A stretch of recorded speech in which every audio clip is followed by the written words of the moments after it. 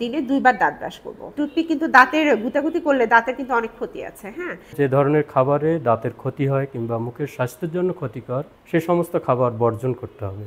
যখন আমাদের দাঁতের শিরশির ভাবটা বেশি হবে এবং ডাক্তার অ্যাডভাইস করবে যে আপনি এখন সেন্সিটিভ রিলিফ টুথপেস্ট ব্যবহার করুন, তখন ওই শিরশির ভাব কমানোর জন্য ওই 2 মাস সেন্সিটিভ রিলিফ টুথপেস্টগুলো ব্যবহার করব। মানে সেন্সোডাইনটা তো খুবই পরিচিত, গোটা বিশ্বে আছে, আর আমাদের দেশে মেডিপ্লাস আছে। তো এগুলো আমরা দীর্ঘদিন ব্যবহার করব না।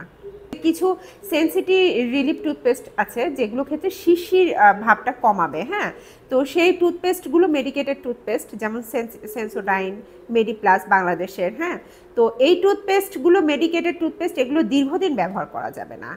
2 টিউব ব্যবহার করলাম, তারপরে এটা বাদ দিয়ে তখন নর্মাল আমাদের যেমন ক্লোজ আপ, পেপসোডেন্ট এ ধরনের টুথপেস্টে চলে আসতে হবে। তো এই ক্লোজ আপ, পেপসোডেন্ট বা অন্য যেগুলো আছে সেগুলো সবসময় ব্যবহার করব। আমরা দিনে 2 বার দাঁত ব্রাশ করব। একটা হচ্ছে সকালে নাস্তার পরে, আর রাতে খাওয়া দাওয়ার শেষে। হ্যাঁ, তো এই দুটো আমাদেরকে রেগুলার ব্রাশ করতে হবে। তারপরে বাচ্চাদের ক্ষেত্রে অনেক সময় চিপস চকলেট খায়, সেটা খাওয়ার পরে মুখটা কুলি করে নিতে হবে, নতুবা আরও একবার ব্রাশ করাতে হবে খাওয়া দাওয়ার পরে। হ্যাঁ, আর আমাদের দাঁত ব্রাশটা তো বললামই যে মনোযোগ সহকারে 2 মিনিট। তো দাঁত ব্রাশ করার পরও অনেক সময় 2 দাঁতের মাঝখানে দেখা যায় যে ক্ষুদ্র খাদ্যকণা থাকছে, বা এমনি আমরা অনেক সময় দেখি যে মাংস টাংস খাওয়ার পর 2 দাঁতের মাঝখানে আটকে যাচ্ছে। সেক্ষেত্রে আমরা ডেন্টাল ফ্লস, একটা সুতার মতো জিনিস দিয়ে ওই খাবারটা বের করব, কখনোই টুথপিক দিয়ে গুতাগুতি করব না। টুথপিক কিন্তু দাঁতের গুতাগুতি করলে দাঁতের কিন্তু অনেক ক্ষতি আছে। হ্যাঁ, তো ডেন্টাল ফ্লসটা সম্পর্কে আমাদের অনেকেই সচেতন না। দেখা যায় যে বেশিরভাগই টুথপিক দিয়ে গুতিয়ে গুতিয়ে দাঁতের মাংসটা বের করছে, সেক্ষেত্রে ওখানে একটা স্পেস হয়ে যায় এবং এটা ক্ষতি করে দাঁতের। আর এরপরে ফ্লসিংটা বললাম, এরপরে আর একটা যেটা হচ্ছে মাউথ ওয়াশ। হ্যাঁ, তো মাউথ ওয়াশ আজকাল ব্যবহারটা অনেকেই করে। তো মাউথ ওয়াশটা ন্যাচারাল মাউথ ওয়াশ সবচেয়ে ভালো। সেটা তৈরি করার নিয়ম হচ্ছে যে হালকা কুসুম গরম, মানে হালকা গরম পানিতে, 1 গ্লাস হালকা গরম পানিতে অল্প একটু লবণ মিশিয়ে গার্গেল করতে হবে।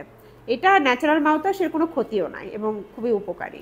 দাঁতের যত্নেও বলতে আমরা যা বলি সেটা হচ্ছে যে নিয়মিত সঠিক নিয়মে ব্রাশ করা, এরপর ব্রাশের পাশাপাশি প্রয়োজনে ফ্লসিং করা কিংবা ইন্টারডেন্টাল ব্রাশ ব্যবহার করা, মাউথওয়াশ ব্যবহার করা এবং মুখ ও দাঁতের জন্য উপকারী স্বাস্থ্যকর খাবার গ্রহণ। যে ধরনের খাবারে ক্যালসিয়াম, ফসফরাসের উপাদান আছে, ভিটামিন সি, সবুজ শাকসবজি, ফাইবারযুক্ত খাবার। এর পাশাপাশি মনে রাখতে হবে যে ধরনের খাবারে দাঁতের ক্ষতি হয় কিংবা মুখের স্বাস্থ্যের জন্য ক্ষতিকর সে সমস্ত খাবার বর্জন করতে হবে। বিশেষত যারা পান, সুপারি, চুন, আলাপাতা, জর্দা খান, এটা খুবই মারাত্মক ভয়াবহ রোগের সৃষ্টি করে, যেটাকে আমরা ওরাল ক্যান্সার বলে থাকি। এছাড়াও স্বাভাবিক জীবনযাপনের ক্ষেত্রে আমরা অনেক সময় অতিরিক্ত চিনিযুক্ত খাবার খাচ্ছি, চকলেট, চিপস কিংবা আইসক্রিম কিংবা কোমল পানীয় পান করছি, যেগুলো দাঁতের ক্ষয়রোগের জন্য অত্যন্ত দায়ী। ফলে মুখের স্বাস্থ্য এবং দাঁতের জন্য যে ধরনের খাবারগুলো উপকার সেগুলো আমাদের বেশি বেশি খেতে হবে এবং নিয়মিত দুবেলা নিয়ম করে 2 মিনিট, মিনিমাম 2 মিনিট ধরে ব্রাশ করতে হবে। 2 মিনিটের বেশিও নয়, আবার কমও নয়।